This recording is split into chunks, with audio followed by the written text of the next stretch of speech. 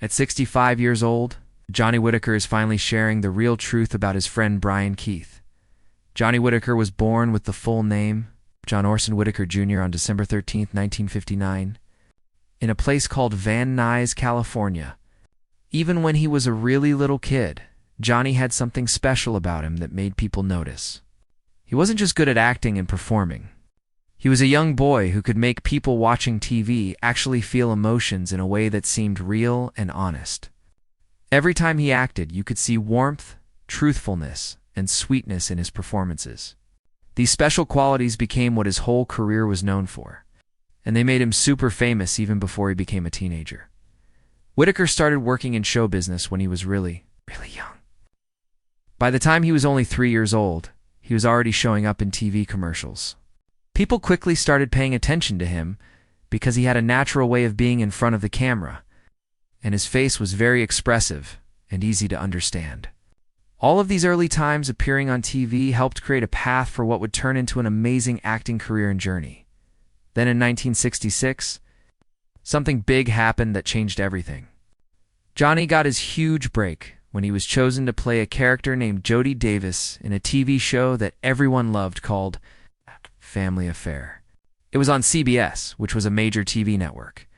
He acted alongside Brian Keith and Sebastian Cabot, who were already famous grown-up actors. In the show, Johnny played a young boy who had lost his parents and become an orphan. He and his twin sister Buffy, who was played by an actress named Anissa Jones, had to go live with their Uncle Bill. The TV show became a gigantic hit with viewers all across America, and it kept running for 5 whole seasons from 1966 all the way to 1971. That's a really long time for a TV show. Johnny's acting as the character Jody touched the hearts of millions and millions of people who watched. They connected with how tender and vulnerable he was, and they loved his sincere way of showing what it's like to be a child dealing with loss and having to get used to a completely new life. As the show, Family Affair, kept getting more and more popular with audiences, Whitaker's fame just exploded and shot up really high. He became one of the most easily recognizable young stars in all of Hollywood.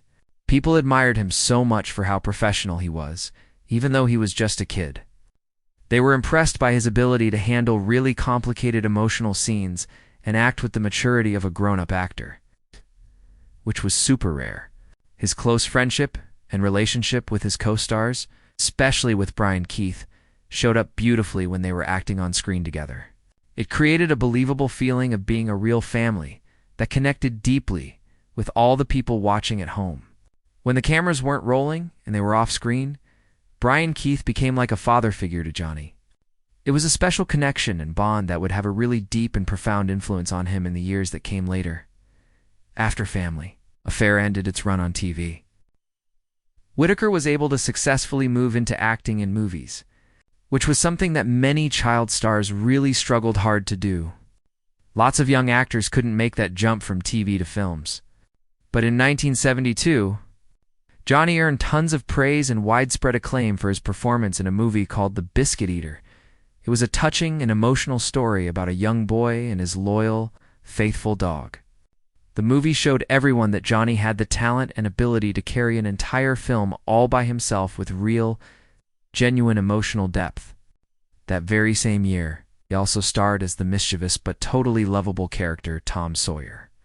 In the 1973 movie version of Tom Sawyer, it was produced by Reader's Digest, which was a famous magazine company, and it featured a musical score written by the Sherman Brothers, who were well-known composers. His way of portraying the adventurous boy from Mark Twain's classic, famous novel was praised by tons of people and critics. It still remains one of the most memorable and best-loved screen versions of that character that anyone has ever done. Many years later, in 2012, Johnny Whitaker came back to being in the public spotlight in a way that was surprising and really creative. He co-produced and co-hosted a radio talk show that didn't last very long but was definitely memorable. It was called The Dr. Zod and Johnny Show. The radio series gave Whitaker a special platform and opportunity to connect with audiences in a completely new and different format.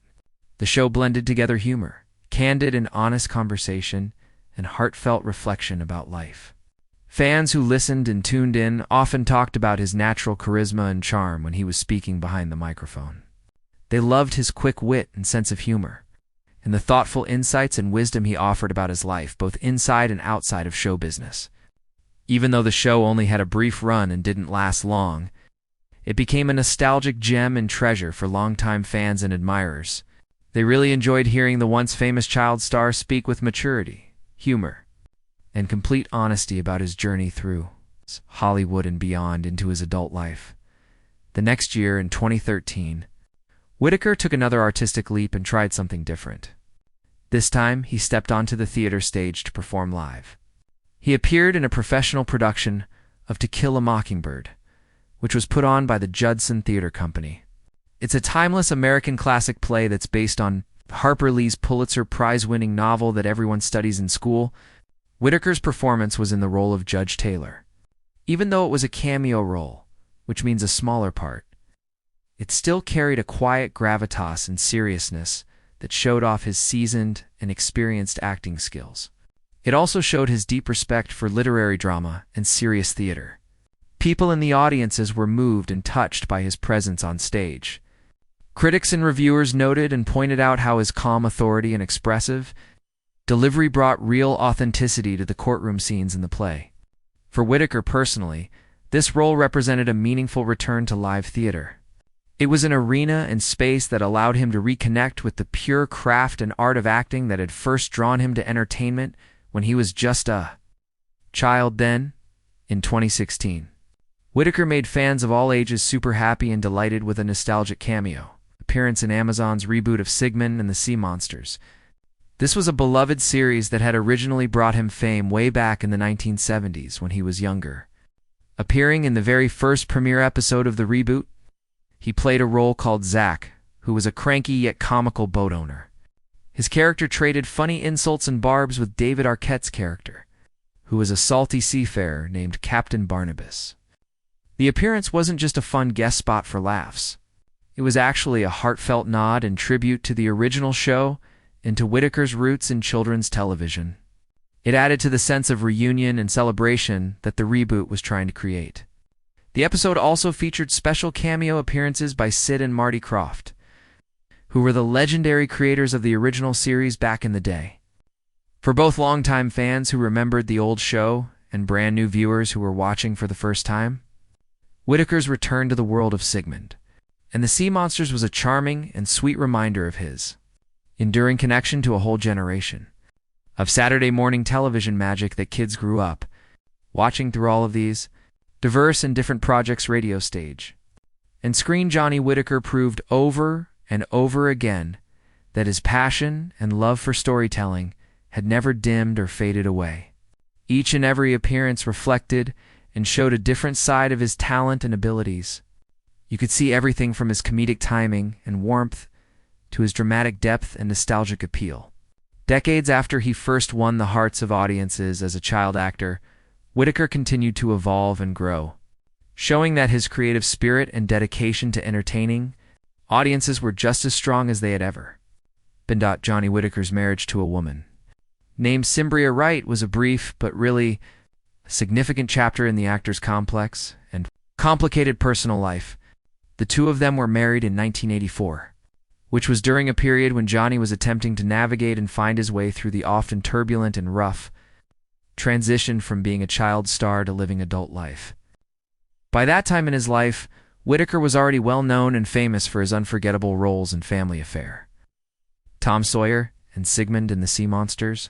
However, behind the smiling boy-next-door image that had made him so famous and beloved, he was actually struggling really hard to establish and figure out a new sense of identity and purpose beyond the Hollywood spotlight and fame.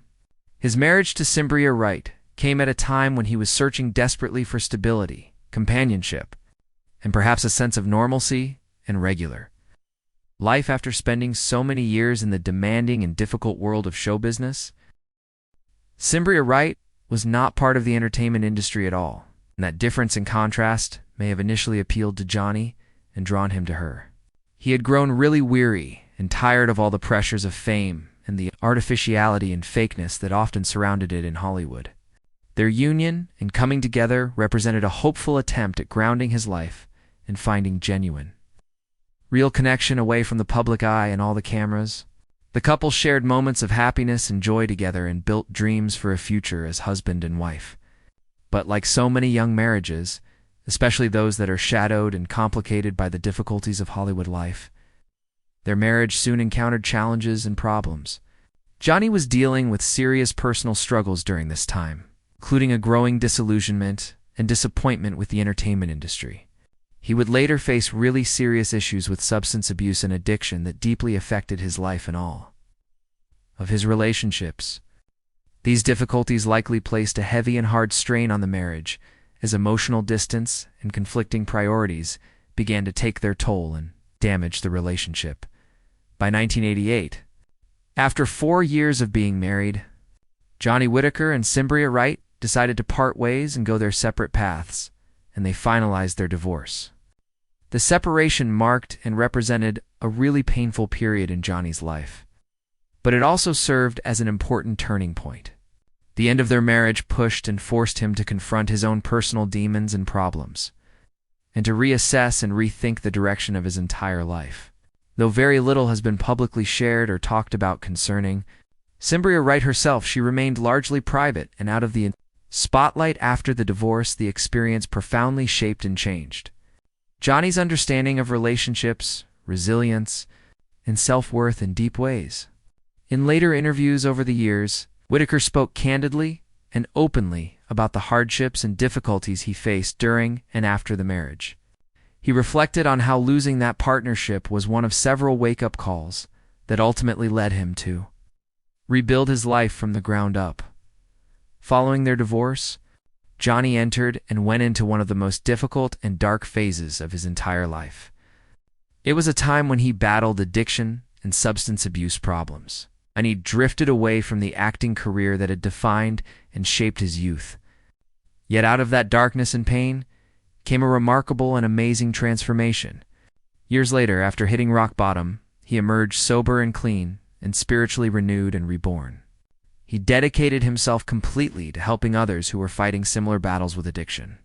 In that sense and way of looking at it, his short-lived marriage to Cimbria Wright can be seen as a chapter that, while really painful and hard, played a vital and important role in his long journey toward healing and personal growth. For decades and decades, fans of the beloved 1960s sitcom family have held a special place in their hearts for the touching and sweet relationship between young Jody Davis and his on-screen uncle Bill Davis, who was played by veteran and experienced actor Brian Keith. Now, at age 65, Johnny Whitaker, the child star who portrayed and brought to life the character of Jody, has decided to open up in much greater detail about what it was really and truly like working. Alongside Keith, he's revealing what it meant to work with a man who became far more than just a co-star or fellow actor to him. Brian Keith wasn't just another actor on the set. Whitaker revealed and shared, "He was like a second father to me, someone who took the time and effort to teach me things, guide me through difficult situations, and protect me from all the pressures of Hollywood when I was just a little kid trying to make sense of it all and understand this crazy world." His words shed light and shine a spotlight on the deep emotional connection between the two of them, one that extended well beyond the cameras and the carefully written scripts that they read from. Whitaker explained that as a young boy of barely 7 years old, when Family Affair began filming and started, he was thrust and thrown into a world that was filled with adults everywhere. Long working hours that seemed to go on forever, and intense expectations and pressure. Amid all of that chaos and craziness, Brian Keith stood out as a stabilizing presence and steady force. He was tough and firm, but he had this soft heart underneath it all, Whitaker said with emotion. He didn't talk much about feelings or emotions out loud, but you could feel and sense that he genuinely cared about us kids. Keith, who was known for his gruff demeanor and strong masculine presence, took the time to joke around with the children between takes when they weren't filming. He even helped them understand the meaning and emotion behind their lines in the script. He would say things like, "Don't just say the words, Johnny. Believe them. Feel them." That lesson and advice stuck with me my whole entire life, Whitaker recalled. But Whitaker also confessed and admitted that his relationship with Keith wasn't always easy or simple. He could be intimidating and scary sometimes, Whitaker admitted honestly. He had that deep voice that could shake you up and make you nervous. And when he got upset or angry about something, everyone on set knew to stay out of his way and leave him alone. But I never once doubted that he loved us, Johnny insisted. He was just a man who carried a lot of weight and burden inside his heart and mind. Whitaker's tone turned somber and sad when he reflected and thought back on the struggles that Keith faced later in his life, including personal tragedies and terrible events, and declining health as he got older. I think people forget and don't realize that even strong men like Brian can be broken inside, he said quietly and softly. He had seen so much and been through so many hard things. And sometimes that pain and hurt would come through in ways that people didn't understand or recognize. When Family Affair ended in 1971. Whitaker was just a teenager who was still figuring out and discovering who he was outside of his child star image and fame. Brian stayed in touch with me for a while after the show ended, Whitaker revealed and shared. He would call me on the phone and ask how I was doing and if I was okay, especially when he heard that I was struggling with things. But Hollywood can pull people apart and separate them. We both had our own paths to walk and our own lives to live.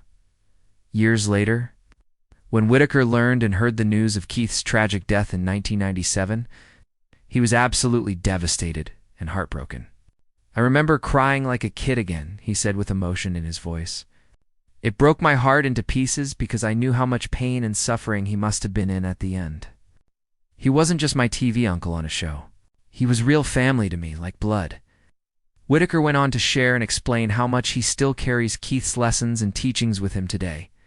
Even all these years later, he taught me what real professionalism looks like and means, he said with respect. He showed me that acting wasn't just about fame and being famous. It was about truth and being real. Brian had this special way of making every scene feel real and authentic. Like it wasn't acting at all, but actual life happening. He'd say to me, "Johnny, if you don't feel it deep inside, the audience won't feel it either. They'll know you're faking." That advice and wisdom has stuck with me for over 50 years of my life, in reflecting and looking back on Keith's influence. Whitaker emphasized and stressed how rare and unusual it was to find someone in Hollywood who genuinely cared for the welfare and well-being of a child actor. There were a lot of adults who saw kids like me as props and objects to use, he explained sadly. But Brian never did that. He saw me as a real person with feelings. He looked out for me and protected me. And I think that's one of the main reasons I was able to survive the business and make it through when so many other child stars didn't. Make it and fell apart. Whitaker has spoken in the past about his own battles and fights with addiction and depression after his fame faded away and he wasn't famous anymore. But he credits mentors and role models like Keith for planting the seeds of resilience and strength in him when he was young. Whenever I was down and feeling low, I'd think about Brian's strength and courage, he said. He was the kind of man who faced his demons and problems with courage and bravery. And that inspired and motivated me to keep going and not give up on life. Today, Whitaker looks back on Family Affair with deep gratitude and thankfulness. Not just for the success and fame it brought him, but for the relationships and friendships that shaped and formed his life. I don't think I ever really told Brian directly how much he meant to me and how important he was, he admitted wistfully and with some regret. If I could go back and talk to him now, I'd tell him that he changed my life completely. He made me believe in myself and my abilities. And that's something no amount of fame or fortune could ever replace or give. Me, Johnny Whitaker's heartfelt and emotional reflections remind fans and viewers that behind all the smiles and laughter of television's golden age were real human connections and relationships. Some were tender and sweet, some were complicated and messy, but all of them were deeply meaningful and important. Brian Keith was my hero and role model, Whitaker concluded at the end. And now, looking back at 65 years old, I finally understand and realize that he wasn't just playing a role or acting. He was showing me every single day what a real man and a real father figure should be like, and how they should act. Today, Johnny Whitaker honors Brian Keith not only as a co-star and fellow actor, but as a profound influence and force who helped shape and mold the person he became. Brian was complicated and complex, he concluded. He had his demons and problems, but he also had tremendous love and integrity inside him. He didn't always say things out loud with words, but he showed it in the way he worked hard, the way he treated people with respect, the way he carried himself with dignity. I hope and wish that by finally telling my truth about Brian Keith, fans will remember the man not just for his roles on television shows, but for the quiet depth and humanity that was behind them and made him who he really was.